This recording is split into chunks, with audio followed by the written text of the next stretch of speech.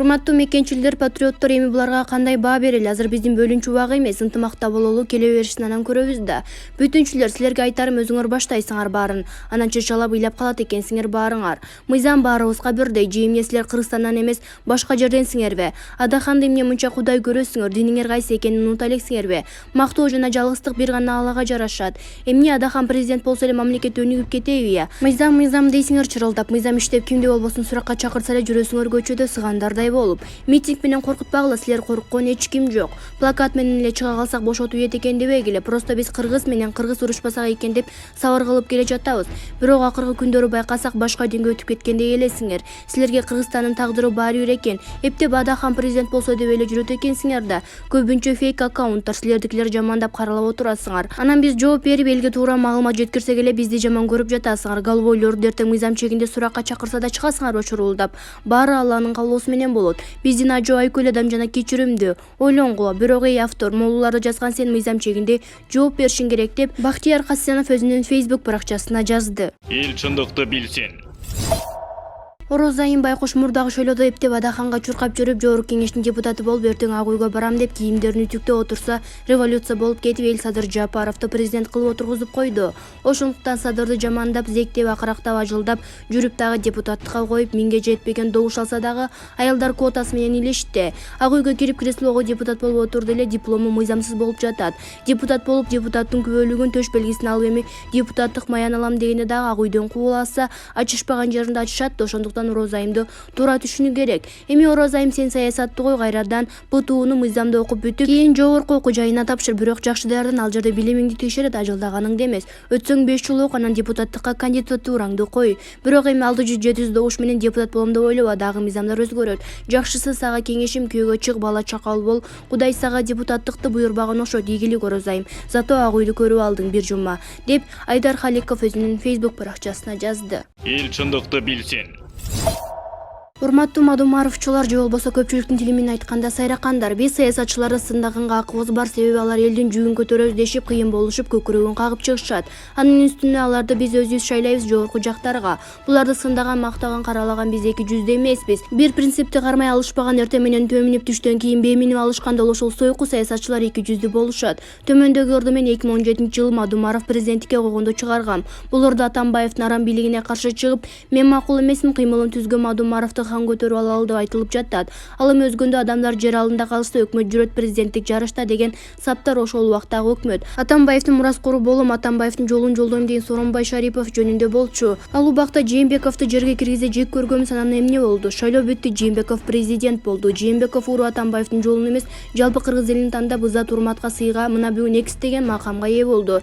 Баягы жаман көрүп жүргөн Жээнбековду азыр улуу инсан катары көрөбүз, сыйлайбыз. Керек болсо ал киши менен разведкага коркпой барса болот экенин билдик. Мадумаров болсо шайлоодон кийин эгер Жээнбековго каршы күрөшө турган болсок, мен Атамбаев менен кызматташууга даярмын деп чечип койбодубу? Миллиондогон мигранттардын ишеничине суу сээп салбадыбы? Мадумаровдон көңүлүбүз бир минутта деле айнып калбадыбы? Атамбаев калып азыркы күнгө чейин Атамбаевдин балдары менен мамиле түзүп жүрөт. Ошондо ким эки жүздүү болот? Атамбаевдин бийлигине каршы чыгып, биздин ишенибизге кирип, анан эле Атамбаевдин этегин кармап кеткен Мадумаровбу же аны даңазалап ыр чыгарып жүрүп, бүгүн көрөргө көзү калбаган менби? Акырында эч бир келген бийлик менен ымала кыла албаган Адаханын жанында Эмил менен Орозайым калды.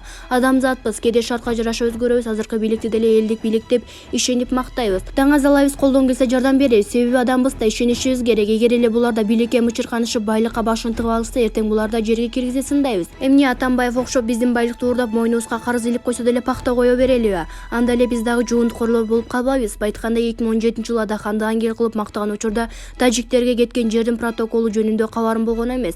Сайракандар, акылыңар жайында болсо жазгандарыма жыйынтык чыгарып койгула деп Шаумурза Бөрүкулов өзүнүн Facebook баракчасына жазды. Эл чындыкты билсин.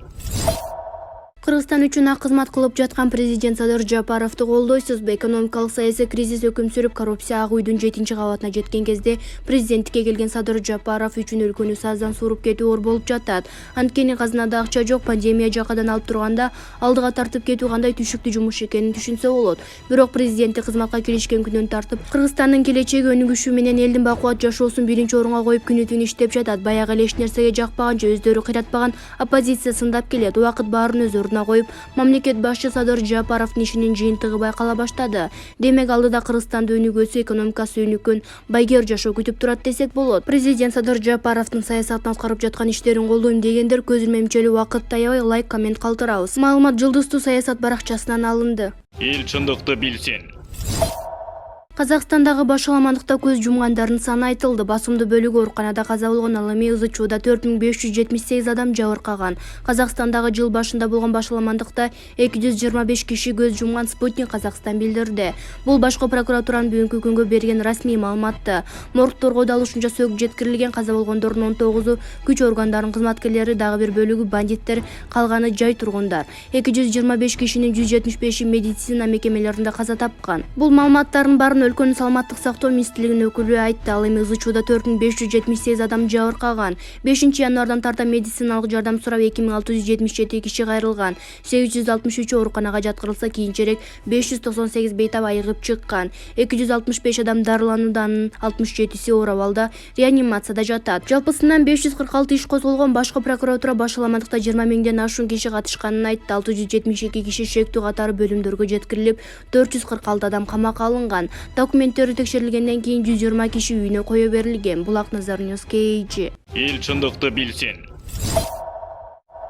Орозайым Нарматов дипломго байланыштуу иш боюнча үн катты. Жогорку Кеңештин депутаты Орозайым Нарматова мыйзамсыз окууга өткөн болушу мүмкүн деп козголгон кылмыш иши боюнча социалдык тармактагы баракчасы аркылуу үн катты. Кудайга шүгүр, мыкты баа алып, жакшы окуп, ата-энемди кубанткан кыздардын бири. Мен 2 жолу шайлоого катышып, дипломумду, резюменин баарын тапшырган. БШКдан лупа менен текшерип, баары таза, баары жакшы деген чечим менен шайлоодон өттүк. Ушундан улам былтырда шайлоодо Нарматова БШКга фальсификация кылып документти тапшырды деген доомат менен бүтүн Кыргызстанды шайлоодон алып салуу аракеттери менен менин жарандыгым боюнча кароолоо, аялдык ар-намысыма шек келтирген кароолоо эске түшөт. Ошондон да койгон дооматтары орунсуз экенин далилденип уят болушкан деп жазган депутат. Нарматова эми да кароолоо жана өч алуу аракеттери болуп жатканын кошумчалаган. Эске салсак, кечээ УКМК Жалал Абад мамлекеттик университетинин кызмат адамдарына Нарматованы окуу жайга мыйзамсыз негизде кабыл алуу фактысы боюнча кылмыш ишин козгогон. Булак Назарнёс KG. Эл чындыкты билсин.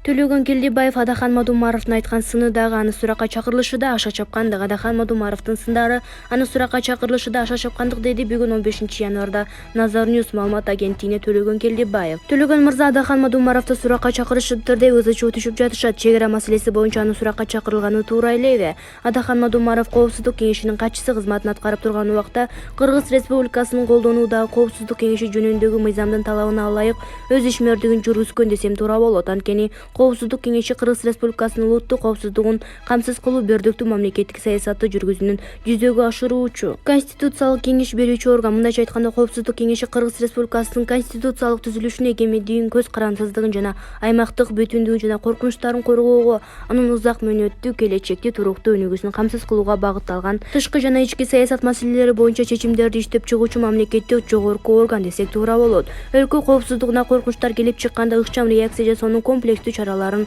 көрүү Коопсуздук кеңешинин негизги милдети. Ал эми Адахан Мадумаровдун суракка чакырылышы чек арадагы талашка чекит кое албайт. Деги эле анын суракка чакырылышы боюнча кандай ойдосуз? Адахан Мадумаровдун суракка чакырылышы анын ишмердигине жана сын пикирлерине карата болуп жатышы мүмкүн. Адахан Мадумаровдун айткан сыны дагы анын суракка чакырылышы да аша чапкандык.